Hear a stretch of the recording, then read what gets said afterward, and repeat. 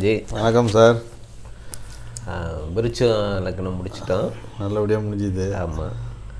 பீஷ்மரை பற்றியான நிறைய அலசல்கள் கமெண்ட்டுகள் நிறையா வந்துச்சு, ரொம்ப நல்லாவும் போச்சு. அதற்கு பிறகு இப்போ இந்த விருச்சிக லக்னத்துக்கு பிறகு அடுத்து இருக்கிறது தனுசு லக்னம். தனுசு லக்னம் வந்து ஒரு குருவனுடைய ஆட்சி வீடுன்னு சொல்லுவாங்க. இப்போ இந்த லக்னத்தில் பிறந்தவங்களுக்கு எப்படி இருப்பாங்கன்னு கேட்டிங்கன்னா, மற்றவங்க கருத்தை பெருசாக எடுத்துக்க மாட்டாங்க. அவங்க என்ன நினைக்கிறாங்களோ அதை தான் செய்ய நினைப்பாங்க. குரு பக்தி நிறையா இருக்கும் அவங்ககிட்ட. ஆனால் ஃப்ரெண்ட்ஸு வந்து ஸ்டாண்டர்டாக இருக்க மாட்டாங்க. நண்பர்கள் நிலையான நண்பர்கள் கிடையாது. ஆமாம், அடிக்கடி மாற்றுவாங்க. காரணம் என்ன கேட்டிங்கன்னா, அட்வைஸ் பண்ணாங்கன்னா அவங்கள கட் பண்ணிவிடுவாங்க. அட்வைஸ் பிடிக்காது.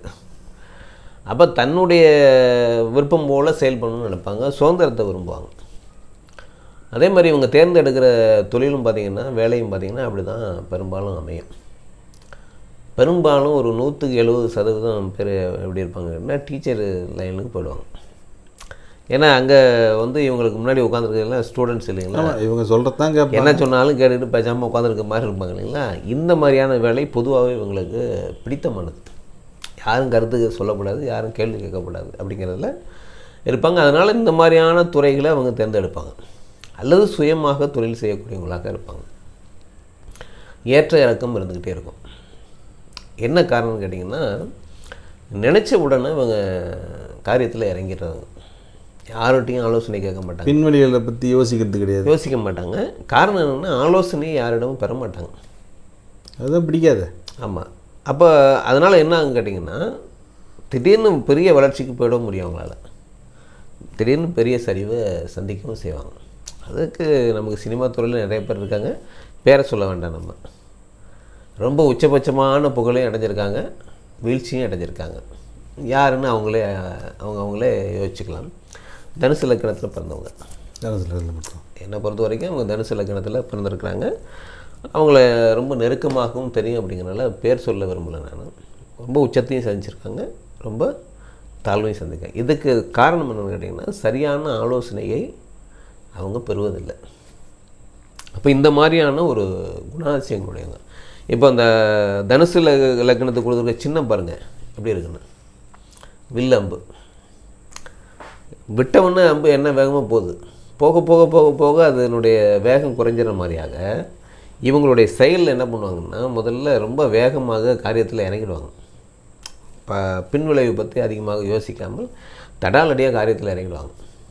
இறங்கிட்டு போக போக போக போக போக உங்களுக்கு சுணக்கமாகிடும், ஸ்பீடு குறைஞ்சிடும். ஸ்பீடு குறைஞ்சவங்க என்ன பண்ணுவாங்க, ரிட்டர்ன் ஆகிடுவாங்க. இதெல்லாம் இந்த லக்னத்தில் பிறந்தவங்களுடைய இயல்புகள் இப்படி தான் இருப்பாங்க. இதில் மிக முக்கியமான ஒரு விஷயம், இவங்க ஒரு சாப்பாட்டு பிரியர். ஆமாம், விதவிதமாக வேணும். ஓ, நான்வெஜ் பிரியர்கள் நிறைய இருப்பாங்க. இதில் நான் சொல்கிறேன், சாப்பிடாத இந்த நான்வெஜ் சாப்பிடாத சைவமாக இருக்கக்கூடியவங்க கூட அதில் விதவிதமாக சாப்பிடுவாங்க. இல்லை, அதுலேயும் விரும்பி சாப்பிடக்கூடியவங்களாக இருப்பாங்கன்னு சொல்கிறேன் நான். அதே நான்வெஜ் சாப்பிடக்கூடியவராக அவங்க இருப்பாங்க. பெரும்பாலானவங்களுக்கு இந்த சிக்கன் ரொம்ப பிடிக்கும். நான் நிறைய பேரை சோதனை பண்ணியிருக்கேன். பண்ணதில் வந்து பார்த்திங்கன்னா, இந்த சிக்கன் மட்டும் அவங்களுக்கு ரொம்ப பிடிக்குது. உடம்பு சரியில்லைனாலும் சாப்பிடுவாங்க. உடல் நோயில் இருக்கும்போது கூட இதை சாப்பிடக்கூடியவங்களாக அவங்க இருப்பாங்க. சிலர் ரொம்ப வெஜிடேரியனாக இருக்காங்கன்னா அப்படின்னு கேட்டிங்கன்னா, அவங்களே சமையலில் இறங்கிடுவாங்க. ஆள் இல்லை, தேவையான செஞ்சு சாப்பிட்டுக்கக்கூடிய அளவுக்கு அவங்க இருப்பாங்க. சமையல் மேலே ஒரு பெரிய ஆர்வம் இருக்கும். அதே மாதிரி மற்றவங்களுக்கு இந்த சாப்பாட்டு விஷயத்தில் ரொம்ப விதவிதமாக வாங்கி கொடுக்குறதுலையோ, போய் ஒரு ஹோட்டலில் கொண்டு போய் சாப்பிட வைக்கிறதுலையோ ரொம்ப சந்தோஷம் அடைவாங்க. அதில் கொஞ்சம் அது என்ன சொல்கிறது, கொஞ்சம் பெருமைப்பட்டுக்குவாங்க. இந்த இடத்துல இது நல்லாயிருக்கும், வாங்க சாப்பிட போகலாம் அப்படின்னு போட்டு போய் எங்கெங்கே நல்லா இருக்கிறது எனக்கு தெரியும். ஆமாம், அதுக்கு முன்னாடி என்ன பண்ணுவாங்கன்னு கேட்டிங்கன்னா, தடாலடியாக யாரும் காசு கொடுக்கறதுக்கு முன்னாடி தானே கொடுத்துருவாங்க. இப்போ 4 பேர் போகிறாங்க அப்படின்னு கேட்டிங்கன்னா, இவங்க டக்குன்னு எடுத்து கொடுத்துருவாங்க. கொடுத்துட்டு அப்புறம் கேட்பாங்க, யாருமே எடுத்து கொடுக்கல அப்படிம்பாங்க. ஆனால் அந்த இடத்துல தன்னுடைய பெருமையை நிலைநாட்டுறதுக்கான வேலைகளை செஞ்சுருவாங்க. இது இந்த லக்னத்தினுடைய ஒரு தனியான குணம். ஒரு காரியத்தில் இறங்கிட்டாங்க அப்படின்னாங்கன்னா, தடாலடியாக கடன்னு முடிக்கணும், ஒரு டைமிங் பார்ப்பாங்க, டைமிங்கோடு முடிக்கணும்னு நினைப்பாங்க. இதெல்லாம் இவங்கள்ட்ட இருக்கக்கூடிய விஷயங்கள். அதனால தான் இவங்க என்ன பெரும்பாலும் என்ன செய்கிறாங்கன்னு கேட்டிங்கன்னா, ஒன்றும் வியாபாரம் சம்மந்தமான துறையில் இருப்பாங்க, அல்லது இந்த மாதிரி டீச்சிங் லைனில் அவங்க இருப்பாங்க, அல்லது ஒரு சின்னதாக ஒரு டியூஷன் சென்டர் வச்சுக்குவாங்க. இந்த மாதிரி தான் இவங்களுடைய வாழ்வியலுக்கு வச்சுக்குவாங்க. பெரும்பாலும் இந்த மெடிக்கல் லைனுக்கோ இன்ஜினியரிங் லைனுக்கோ இந்த மாதிரி விஷயத்துக்கெலாம் போக மாட்டாங்க. ஏன்னா அதெல்லாம் மற்றவங்களை கையாளக்கூடிய இடத்துல அவங்க பெரும்பாலும் இருக்க மாட்டாங்க. ஏன்னா இவங்களுக்கு ஈடு கொடுக்க முடியாது. இவங்க நினச்ச உடனே காரியம் டக்கு டக்கு டக்குன்னு நடக்குன்னு நினைப்பாங்க. அது அப்படியெல்லாம் எல்லாராலையும் முடியாது இல்லையா? கண்டிப்பாக. அப்போ சுணக்கமாயிடும். அப்போ இந்த லக்னத்துக்கு 2ஆம் இடத்த அதிபதியாக சனி வந்துடுது. தனுசு லக்னம் இருக்கு இல்லைங்களா, இந்த லக்னத்துக்கு 2ஆம் இடத்த அதிபதியாக சனி வந்துடுறதுனால என்னன்னா, இவங்களுக்கு வேலைக்காரர்கள் ரொம்ப ஒத்துழைப்பாங்க. அவரே 3ஆம் இடத்துக்கு அதிபதி. அப்படின்னா மறைமுகமான எதிரிகளை சந்திக்கக்கூடியவராகவும் இவங்க இருப்பாங்க. கூடவே வச்சுக்கிட்டு இருப்பாங்க. வேலைக்காரன் மறைமுகமான வேலையும் செஞ்சிருவான். அதனால் இந்த விஷயங்கள் எல்லாம் இந்த தனுசு லக்னத்துக்கு உரியது, இந்த பலன் எல்லாமே. இப்போ 4ஆம் இடத்த அதிபதி இவரே தான், குரு தான். அப்போ வீடு நில வாகனம் எல்லாம் சுய சம்பாத்தியத்தின் மூலமாக வாங்கக்கூடியவங்களாக இவங்க இருப்பாங்க. பரபரப்பானவங்க, சுறுசுறுப்பாக செயல்படக்கூடியவங்க, சாப்பாட்டு பிரியர்னு சொல்லுவீங்களா, விதவிதமாக சாப்பிட பிரியர், இதெல்லாம் இந்த லக்னத்துக்கு உரியது.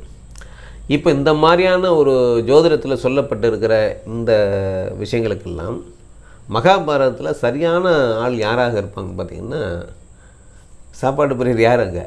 பீமன் தான். பீமன் தான். பீமன் வந்து கரெக்டாக இதுக்கு வந்து சூட் ஆவார். ஏன்னா மற்ற எல்லாரை விட நீங்கள் மகாபாரதத்தில் பார்த்தீங்கன்னாக்க பீமன் ஒரு தனி ரகமாக இருப்பார். ஏன்னா குந்தி தேவி வந்து வேண்டி விரும்பி தான் வாயுபுத்திரன் வேணும் கேட்குறேன். ஏன்னா இப்போ தர்மனை வந்து நீதி தேவனுடைய அம்சத்தில் வேணும்னு சொல்லி அவர் கேட்குறாரு. தர்மன் பிறக்கிறாரு. தர்மன் பிறந்ததுக்கப்புறம் வந்து ஒரு அனுமார் மாதிரியான எனக்கு ஒரு பலம் பொருந்திய ஒருத்தன் வேணும் அப்படின்னு தான் வாயுபுத்திரன் வேணும்னு சொல்லி வாயுபகன் வேண்டி அவள் வாயுபுத்திரனை பிறகு. இப்போ வாயுபுத்திரன்னா எப்படி இருப்பாங்க? உங்களுக்கு பெரும் தேகத்தை உடையவங்களாக, நல்ல பலசாலியாக இருப்பாங்க. அவர் சின்ன வயசுலேருந்தே பார்த்திங்கன்னா வளர்ந்து வர்ற பொசிஷன்லேயே நல்லா சாப்பிடக்கூடிய ஆளாக இருப்பார். துரியோதனன் வந்து அவருக்கு பாயசத்தில் விஷம் வச்சு கொடுத்தாலும் கூட அதை கூட கொஞ்சம் கூட கண்டுக்காமல் குடிச்சிட்டு அதுவும் சிரிச்சிடும். அவருக்கு எதுவும் பாதிப்பு இல்லாமல் அது கீழே எல்லாம் அன்றுகுள்ள போய் நாக தேவன்கிட்ட போய் அவன் வந்து ஒரு 100 யானை பலம் உள்ள ஒரு அமிர்தத்தை கையில் கொடுத்து சாப்பிட்டதுக்கப்புறம் அவர் இன்னும் பலசாலியாக மாறாரு. ரொம்ப பிரமாதமாக வெளியே வர்றாரு. துரியோதனனுக்கு ஆச்சரியமாக இருக்கும். சரி, என்ன மாமா விஷத்தை கொடுத்து ஒருத்தர் வந்து நிற்கிறானே எப்படி இருக்குன்னு, அதுதான் மாப்பிள்ளை எனக்கும் தெரியல அப்படிங்கிற மாதிரி சகுனி இருப்பார். ஸோ இந்த மாதிரி பீமனுடைய கதாபாத்திரம் என்னென்னு கேட்டிங்கன்னா, மற்ற இந்த தர்மனுடைய கதாபாத்திரம் மாதிரியோ இல்லை பீஷ்மருடைய கதாபாத்திரம் மாதிரியோ இருக்காது. இது வந்து ஒரு டிஃப்ரெண்ட், முழுக்க என்னென்னு கேட்டிங்கன்னா தனித்துவமாக இருக்கும். அப்போது இவ்வளவு விஷயம் உள்ள ஆளாக இருந்தாலும் கூட அண்ணனுக்கு கட்டுப்பட்ட நபராக இருப்பார். அண்ணனுக்கு தம்பிகளுக்கெல்லாம் ஒரு உற்ற தோழனாக அவங்க செயல்படுவார். தனித்துவமாக இருப்பாருங்கிறது வேறு. ஏன்னா அவர் என்ன பண்ணுறாரு, இப்போ வளர்ந்து வர்றாங்க, வளர்ந்து வரும்போது என்ன பண்ணுறாரு, அவர் உடம்புக்கு தகுந்த மாதிரியாக, ஏன்னா இந்த பராக்கிரமத்தை காட்டணும்னு நினைப்பாங்க நிறைய பேர். பாடி இருக்கும்போது இந்த பெரும்பாலும் இந்த எக்ஸசைஸ் பண்ணக்கூடியவங்க, பாடி ஃபில்டிங் பண்ணக்கூடியவங்க யாருன்னு பார்த்தீங்கன்னா தனுசு லக்னமாக இருப்பாங்க. நம்மளை பார்த்த உடனே பயப்படணும், தனியாக தெரியணும் அப்படின்னு அவங்க நல்லா சாப்பிட, இப்போ நல்லா நான்வெஜ்ஜெல்லாம் முட்டை கிட்டெல்லாம் நல்லா வெளுத்து வாங்குறவங்க தான் இருப்பாங்க. அப்படின்னா தன்னுடைய பாடியை வந்து மற்றவங்க பார்க்கும்போதே வியக்கணும் அப்படிங்கிற மாதிரியாக நினைக்கக்கூடியவங்களாக இருப்பாங்க. அதனால தான் அந்த தனுசு லக்னத்தில் பிறந்தவங்க பெரும்பாலான உணவு பிரியராக அவங்க இருக்கிறது காரணம் இதுதான். அப்போ பீமன் என்ன பண்ணுறாரு, நல்லா சாப்பிடக்கூடிய ஆளாக அவர் இருக்கிறனால அதற்கு தகுந்த மாதிரியான உடற்பயிற்சிக்கான ஆயுதம் எதுன்னு பார்த்தா கதாயுதம் தான். அப்போ அந்த மாதிரியான ஒரு ஆயுதத்தை எடுத்துக்கிறார் கையில். இதுதான் நமக்கு சரியானது. மற்றதெல்லாம் நீங்கள் வில்லெல்லாம் வச்சுக்கிட்டு நீங்கள் சின்னதாக சின்ன பசங்க விளையாடுற மாதிரி இருக்காங்க, ஒரே அடி அப்படிங்கிற மாதிரி அவருடைய உடம்புக்கு தகுந்த மாதிரியான ஒரு ஆயுதத்தை தேர்ந்தெடுக்கிறார். கதாயுதத்தில் அப்போ பயிற்சி யார் கொடுக்குறோன்னா பலராமர் கொடுக்குறாரு. அவர் துரோணர் கொடுத்தாலும் கூட இது ஸ்பெஷலிஸ்ட் மாதிரி. அப்போ பலராமர்கிட்ட கொடுக்குறாரு. பலராமருக்கும் கதாயுதம் பிடிக்கும், துரியோதனனுக்கும் கற்றுக் கொடுக்குறவர் அவர் தான். 2 பேருக்குமே ஒரே ஆயுதம் தான். அப்போது துரியோதனன் கூட நேருக்கு நேராக நின்று போட்டி போடக்கூடிய அளவுக்கு வலிமை பெற்ற ஆள் யாருன்னா பீமன் தான். துரியோதனனுக்கு பீமனை விட்ட ஆள் கிடையாது, பீமனுக்கு துரியோதனனை விட்ட ஆள் கிடையாது. கவுண்டர் கிடையாது. அப்போது நீங்கள் சண்டை இன்னும் நீங்கள் எப்படி சண்டை போடுவீங்க? ஒரு பயிற்சி எடுக்கும்போது எப்படி சண்டை போடுற மாதிரி தானே இருக்கும் அது. ஆமாம். அப்போ அது போடும்போது இவனை எப்படியாவது அது சின்ன வயசுலேருந்தே வருதுப்பா அந்த சண்டை. ஆமாம், சின்ன வயசுலேருந்தே அந்த சண்டை வரும்போது இவனை எப்படியாவது நம்ம கண்ட்ரோலுக்கு கொண்டு வந்துங்கிற எண்ணத்தை 2 பேர்த்துக்குமே வந்துடுது. இவங்க யாரோடையும் போட்டி போடல. நீங்கள் நல்லா கவனிச்சிங்கன்னா இவங்க யாரோடையும் போட்டி போடலை. அப்போ பீமனுடைய முழு கவனம் முழுக்க துரியோதனனை எப்படியாவது நம்ம ஜெயிக்கணும் அப்படிங்கிறது. அதே மாதிரி துரியோதனனுக்கும் பீமனை கண்டா பீமனை நம்ம என்னைக்காக இருந்தாலும் நம்ம எதிரியாக வருவோம். ஆமாம், எதிரியாக வருவோம். இந்த பலசாலி இருக்கக்கூடாது அப்படிங்கிறனாலேயே அவர் சகுனியும் சொன்னாலும் கூட துரியோதனனுக்கு என்ன இருக்குது, இவனை வளர விடுறது சரியானது இல்லை அப்படிங்கிற மாதிரி அவர் நினச்சிட்டு தான் ஒவ்வொரு அட்டாக்கும் அவர் பண்ணுறாரு. அட்டாக்கெல்லாம் பண்ண இவர் அதுலேருந்து ப்ளஸ் ஆகிட்டே வர்றாரே தவிர மைனஸ் ஆகலை. அதுக்கு ஒரு மிக முக்கியமானதுன்னா வெளுத்ததெல்லாம் பால்னு நினைக்கிறாள். தனுசு நலக்கணும் ரொம்ப தனமாக இருந்தானா கூட. ஆமாம், வெளுத்ததெல்லாம் பாலுங்கிற மாதிரி சொன்னாக்க உடனே நம்பிடுவாங்க ஆளுங்க. அதனால தான் இவங்களை ரொம்ப எளிதாக ஏமாற்றவும் முடியும். தனுசு லக்னத்துக்காரங்கள ரொம்ப எளிதாக ஏமாற்றிடவும் முடியும். பீமனை பொறுத்த வரைக்கும் தன்னுடைய பராக்கிரமத்தை மற்றவங்களுக்கு காட்டணும்ல பெருமைக்குரிய ஆளாக இருக்கு. அப்போ அவனுக்கு ஏற்ற ஆள் கூட தான் எப்போதும் சண்டை போடுறான். துரியோதனன் தான் அவனுக்கு கிடைச்ச ஆள். அது கோபங்கள் எப்படி சார் இருக்கும் பீமனுக்கு? சுருன்னு கோபம் வருமே, இதே மாதிரி கேரக்டர்ஸ் தான் அவங்களுக்கு. ஆமாம், தனுசு லக்னத்துக்காரர்களுக்கு சுருக்குன்னு கோபம் வந்துடும். எங்கே பொறுத்துக்கிறான் அவன்? எதா ஒன்று என்னை விடுங்க, நான் அவனை தீர்த்துட்டு தான் ஒரு வேலை பார்க்குற மாதிரி இருப்பாங்க, பொறுத்துக்க மாட்டாங்க. இப்போ அதுக்கு ரொம்ப மிக முக்கியமான காரணம் ஒன்று இருக்குது. தனுசு லக்னத்துக்கும் கடக லக்னத்துக்கும் ரெண்டும் வந்து 6க்கும் 8க்குமான அதிபதி. யோகாதிபதி குரு வந்து கடகத்துக்கு யோகாதிபதி. ஆனால் அவர் 6ஆம் இடத்தாலாக மாறிடுறார். நேரடியான எதிரியாக பாவிக்கக்கூடிய இடமாக. 2 லக்னக்காரங்களும் கொஞ்சம் டிஸ்டன்ஸ் மெயின்டைன் பண்ணணும். ஒத்து போகாது.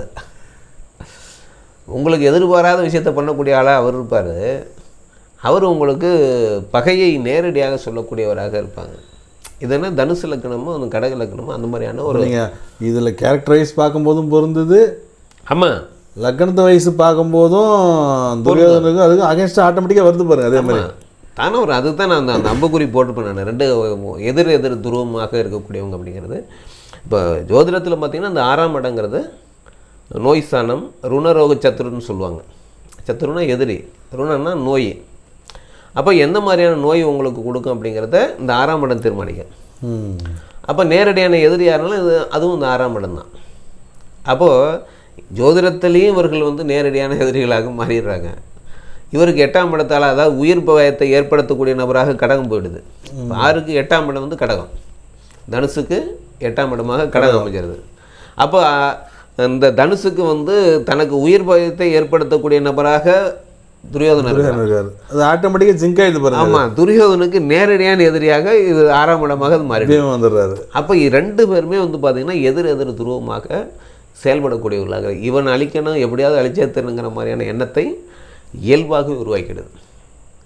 அப்போ பாருங்கள், ஒரு 2 பேரும் தேர்ந்தெடுக்கிற ஆயுதங்களை பாருங்கள். ஒரே அடியில் தலை தெரிக்கணும் அப்படிங்கிற மாதிரி தானே அவங்க பண்ணுறாங்க. அந்த மாதிரியான ஒரு ஆயுதத்தை தானே கையில் எடுத்துக்கிறாங்க. அப்போது இந்த பயிற்சி எடுக்கும்போது நீங்கள் பார்த்தீங்கன்னா இந்த ஆக்ரோஷம் கொஞ்சம் மிஸ் ஆச்சுன்னா எங்கே அடிபடுதோ அங்கே வந்து பலமான அடி ஆகிடும். கதாயுதம் வந்து சாதாரண ஆயுதம் இல்லை, மிக மிக பலம் வாய்ந்த ஆயுதம். அந்த குண்டு மாதிரி இருக்கு இல்லைங்களா? ஆமாம் ஆமாம், ஒரு அடி அடித்தா போதும், அவ்வளோ வலிமையானதாக.